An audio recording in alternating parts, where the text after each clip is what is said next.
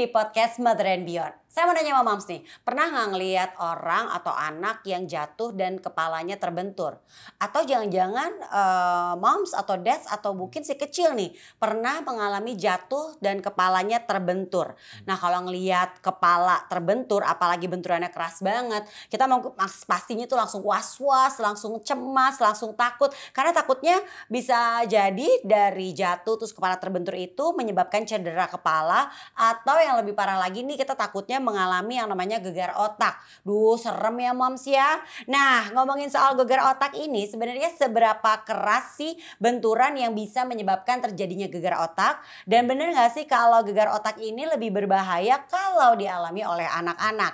Mendingan sekarang kita langsung tanya sama ahlinya ya. Sudah ada bersama saya di sini ada Dr. Kevin SPN, dokter spesialis neurologi dari IMC Alam Sutera Hospital, dan kita hari ini akan ngebahas seputar gegar otak di podcast Mother and Beyond. Hai Dr. Kevin, apa kabar? Halo, selamat siang Mbak Enji. Ini kita bisa pagi, siang, sore, malam ya dok ya? Oke, ya? tentunya karena kita tappingnya lagi siang. Nah, betul. Nah, dok, langsung aku mau nanya. Sebenarnya yang masuk dalam kategori gegar otak itu tuh apa sih dok?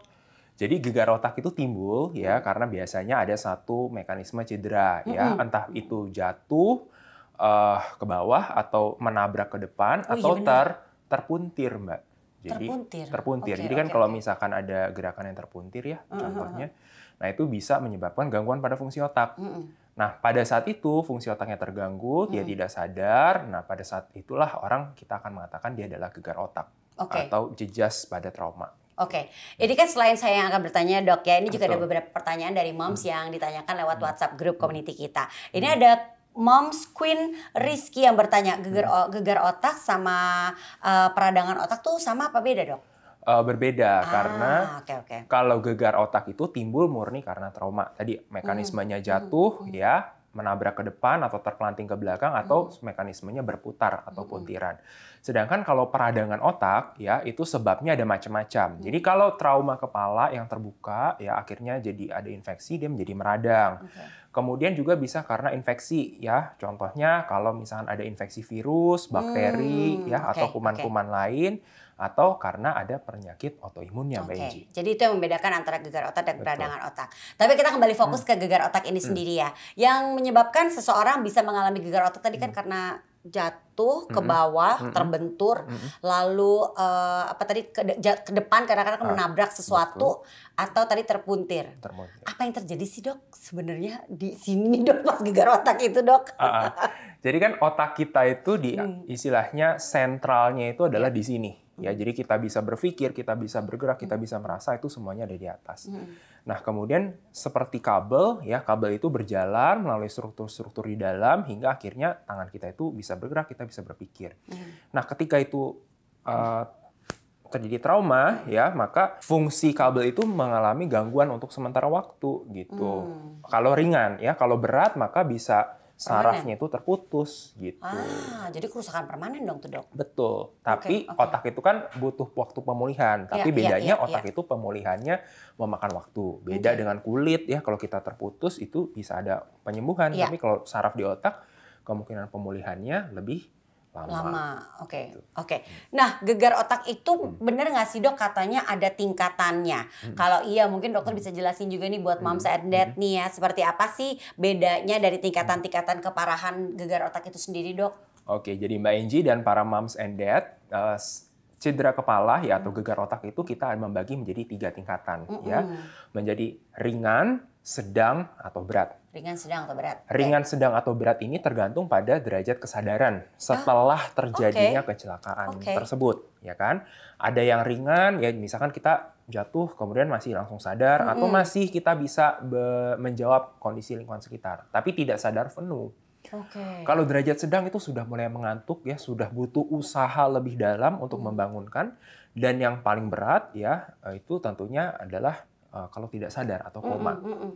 Tapi selain dari kesadaran ada faktor yang lain ya, berapa lama amnesianya. Ini kalau pada remaja atau dewasa ya, amnesia pasca traumanya itu berapa lama durasinya. Jadi bisa aja awalnya kesadarannya bagus, tapi amnesianya itu kok berhari-hari. Maka kita tidak mengatakan itu lagi ringan, tapi derajatnya bisa jadi sedang atau berat. Iya. Oh, terjawab sudah. Makanya kan kalau misalnya orang misalnya habis tabrakan atau ya ada terjadi benturan di kepala, biasanya begitu suka ditanya gitu, begitu sadar, kamu sadar siapa namanya, apa segala macam gitu ya. Betul. Dok ya. Oh, itu salah untuk mengukur tingkat ringan, sedang atau beratnya ya, Dok ya. Betul. Yang kita tanyakan adalah kamu masih ingat nggak mekanisme kejadiannya? Iya. Sama suka ditanya nama, ya kan? Betul. Hati-hati jangan sampai mau ditanya nomor rekening sama nomor PIN-nya. Betul.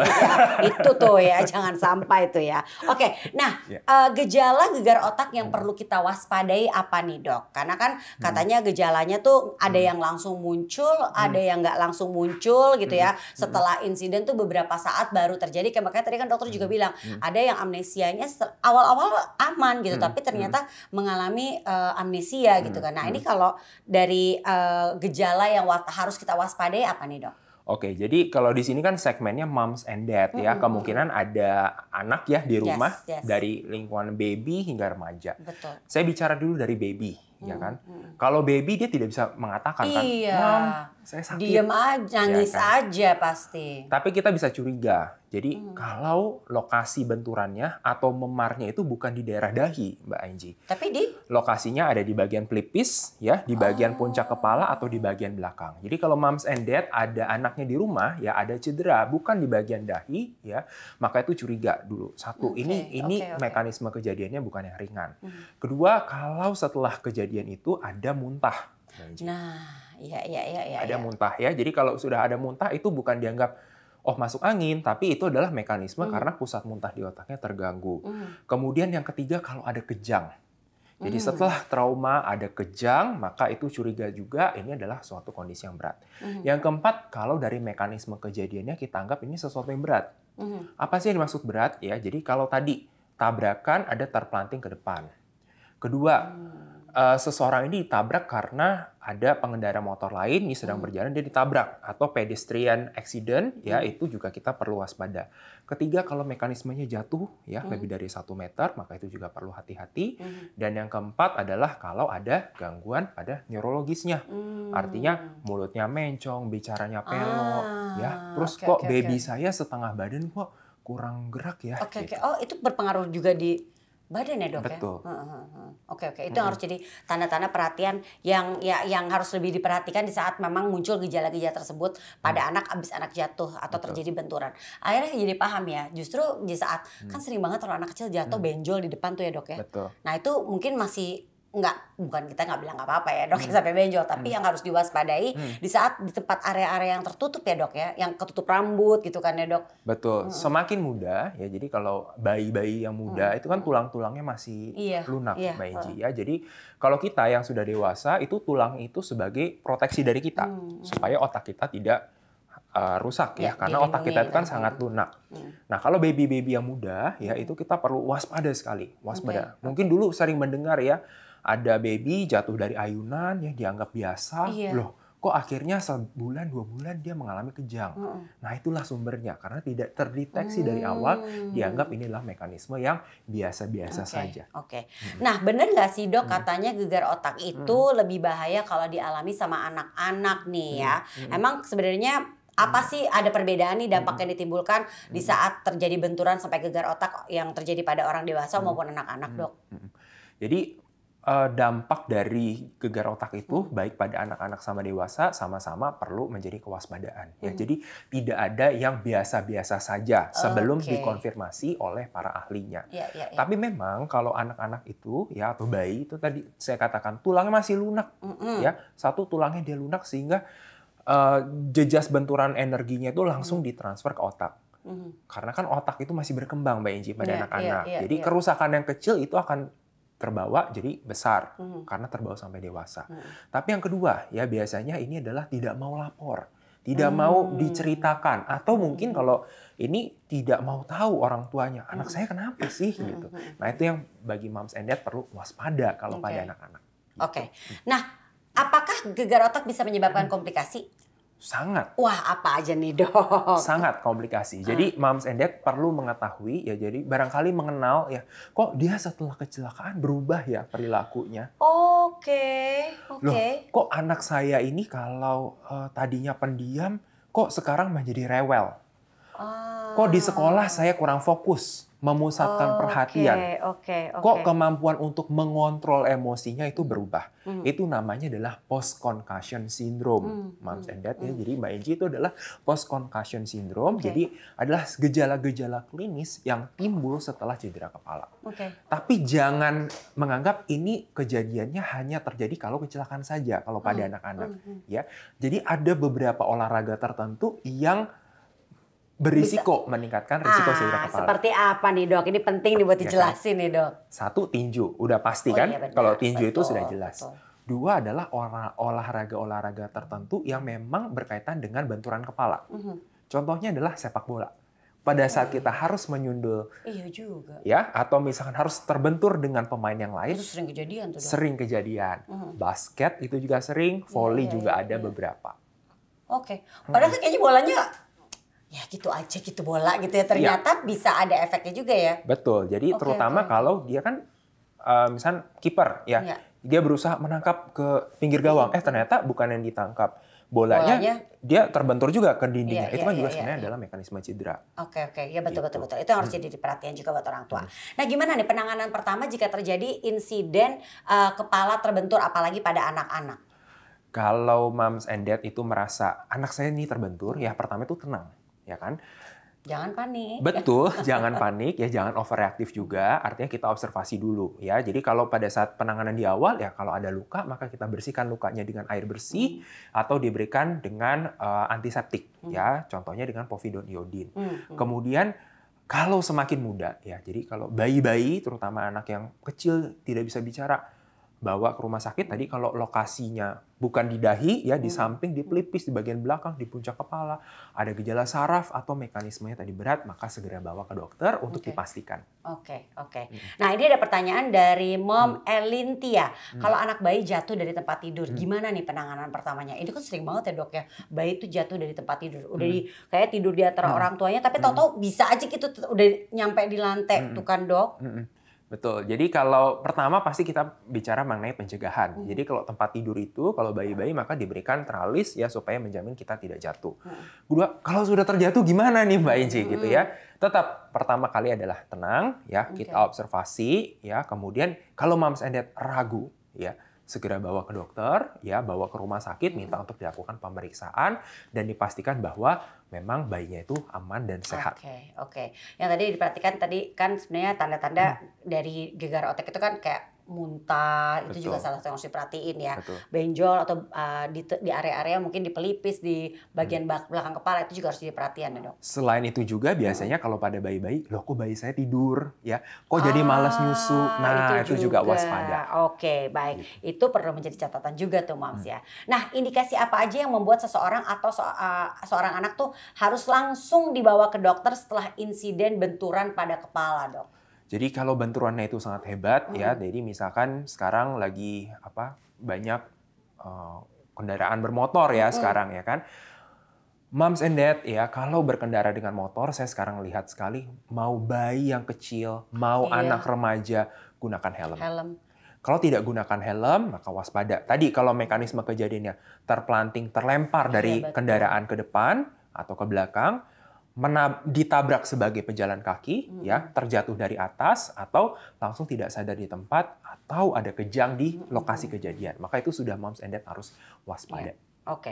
Pertanyaan dari Moms Baby Love, harus dibawa ke DSA umum atau langsung ke neurologi? Wah, cakep nih pertanyaannya. Dua-duanya sama-sama berkompeten untuk menangani. Ya, jadi tidak masalah mom and dad mau bawa ke dokter spesialis anak atau ke dokter spesialis neurologi. Dok, gegar otak itu tuh bisa disembuhin nggak sih? Maksudnya penanganannya seperti apa nih? Dan juga perawatan seperti apa yang harus dilakukan jika memang kita tahu kita atau bahkan anak kita atau anggota keluarga kita gegar otak jatuh dan ternyata mengalami gegar otak? Baik. Jadi sebagian besar ya, jadi kasus gegar otak itu adalah ringan. Jadi Itu dulu, artinya aman ya, tadi mekanismenya adalah nanti otak itu akan memulihkan dirinya sendiri. Tapi kalau ada perdarahan, nih Mbak Eji ya, kalau ada perdarahan maka kita lihat dulu perdarahannya. Kalau lokasinya di tepi ya, maka bisa dilakukan pembedahan. Kan? Kalau lokasinya terlalu dalam, kita tergantung kasus per kasus, perlu diambil atau tidak perdarahan ini. Tapi kalau yang lain, ya tadi kan yang gejala-gejala ringan, tadi saya katakan ada namanya post-concussion syndrome. Jadi moms and dads, 90% kasus post-concussion syndrome atau gejala-gejala setelah cedera kepala itu akan sembuh sendiri dalam 2 minggu. Ya. Tapi kalau lebih dari itu, lebih dari 2 minggu masih ada gejala-gejala, maka segera dikonsultasikan dan perlu dilakukan tindakan rehabilitatif. Iya. Berarti Bang, orang tua harus perhatiin terus tuh ya, kalau sampai habis terjadi jatuh, benturan atau yang lainnya, dipantau terus tuh selama 2 minggu tadi ya dok ya. Betul. Oke, pertanyaan terakhir, adakah cara yang bisa kita lakukan, ada cara nggak sih untuk kita bisa mencegah gegar otak? Sebenarnya tadi dokter udah sempat bilang sih, kalau berkendaraan, naik kendaraan bermotor gitu ya, naik motor gitu ya, mau remaja, mau bayi, orang tua, harus pakai helm. Betul, harus pakai helm ya. Jadi helmnya bukan sembarang helm Mbak Enci. Helmnya adalah yang full face. Full face itu bukan yang cuma menempel di samping seperti ini, tapi full face itu juga mengcover di bagian depan ya, kemudian di bagian rahang. Dan tetap benar-benar ketutup gitu ya dok ya? Iya betul, yang mungkin yang orang touring ya itu adalah helm full face yang benar-benar aman. Kalau yang helm itu yang masih ada setengah itu adalah yang half face. Jadi di bagian depan sini berisiko nih kalau misalnya kita terjadi tumbukan, terjadi jejas ya atau trauma di bagian wajah. Itu juga menimbulkan problem tersendiri. Kalau yang hanya kupluk gitu ya, itu namanya adalah helmet dan itu sangat yang paling tidak aman. Jadi sebaiknya gunakan helm. Kedua, berkendara dengan aman ya tentunya, mengikuti peraturan lalu lintas. Kalau menggunakan mobil, maka gunakan seat belt. Nah, kalau satu tambah nih dok, kalau misalnya anak-anak kan suka main sepeda, main skateboard atau mainan-mainan yang beroda gitu kan dok. Mereka pernah pakai helm nggak? Kalau iya, helm seperti apa dok? Pakai helm tentu pakai wajib ya, tapi kalau naik sepeda tentunya tergantung ya olahraganya. Kalau yang saya tahu ada beberapa olahraga, contohnya downhill ya, maka dia harus helmnya adalah yang full face. Karena tadi kan risiko dia terkena kayu ya atau pohon-pohon. Tapi kalau berkendara di sekitar rumah ya, maka helm-helm yang tersedia di pasaran tuh masih relatif aman. Bisa paling nggak mencegah ya dok ya. Dan itu banyak lo terjadi loh Mbak Enji selama pandemi itu kan. Banyak orang yang work from home ya kan, jalanan itu kosong. Ya ini terutama moms and dad yang paling kejadian, dia memacu kendaraannya, sepedanya dengan kencang, ya kemudian dia menabrak tuh separator. Dan banyak yang tidak waspada di awal, dia tidak gunakan helm dan itu sangat fatal. Jadi apalagi anak-anak ya, anak-anak main di dekat area rumah, main otopet, main sepeda atau skateboard, harus pakai pelindung juga ya. Oke, baik. Wah, jelas sekali ya, kita jadi tahu banyak nih A to Z tentang gegar otak ini sendiri. Dari Dr. Kevin SPN, dokter spesialis neurologi dari EMC Alam Sutra Hospital. Terima kasih Dr. Kevin atas penjelasannya. Jadi moms juga harus tahu apa yang harus dilakukan jika sampai terjadi benturan pada anaknya. Kita bisa ngecek dulu dan kita bisa segera mengetahui dan kita bisa melakukan tindakan awal, penanganan awal di saat anak jatuh supaya tidak mengalami gegar otak. Atau kalau memang sudah mengalami gegar otak, kita juga sudah tahu apa yang harus kita lakukan. Terima kasih buat moms yang sudah mendengarkan dan juga menyaksikan podcast Mother and Beyond. Sampai jumpa.